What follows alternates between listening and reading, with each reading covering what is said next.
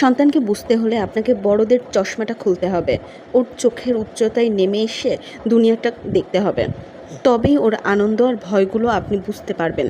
আমরা বড়রা সবসময় শেখাতে ব্যস্ত থাকি, কিন্তু মাঝে মাঝে ওর কাছে শিখুন, ওকে বলতে দিন, তে ওর আত্মবিশ্বাস বাড়বে ইনশাআল্লাহ।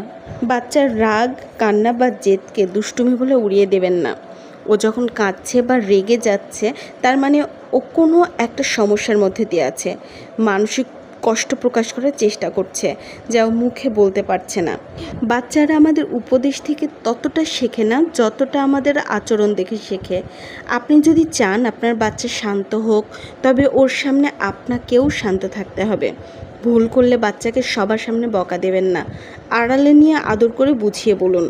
সবার সামনে অপমান করলেও শুধরে যায় না, বরং আপনার থেকে দূরে সরে যায়। শৈশবটা খুব ছোট, দেখতে দেখতে ওরা বড় হয়ে যাবে। আজ আপনি ওকে যে সময়টুকু দিচ্ছেন, সেটাই আগামী দিনে ওর জীবনের সবচেয়ে সুন্দর স্মৃতি হয়ে থাকবে। দামি খেলনা হয়তো কয়েকদিনের জন্য ওর মুখে হাসি ফোটাবে, কিন্তু আপনার দেওয়া মনোযোগ ওর মনে সারা জীবনের জন্য একটি নিরাপদ আশ্রয় তৈরি করবে। তাই বাচ্চার সাথে সময় কাটান, যতটা সম্ভব ভালো সময়। ঠিকঠাক আছে? Yes, and এরকম করলো। তাই?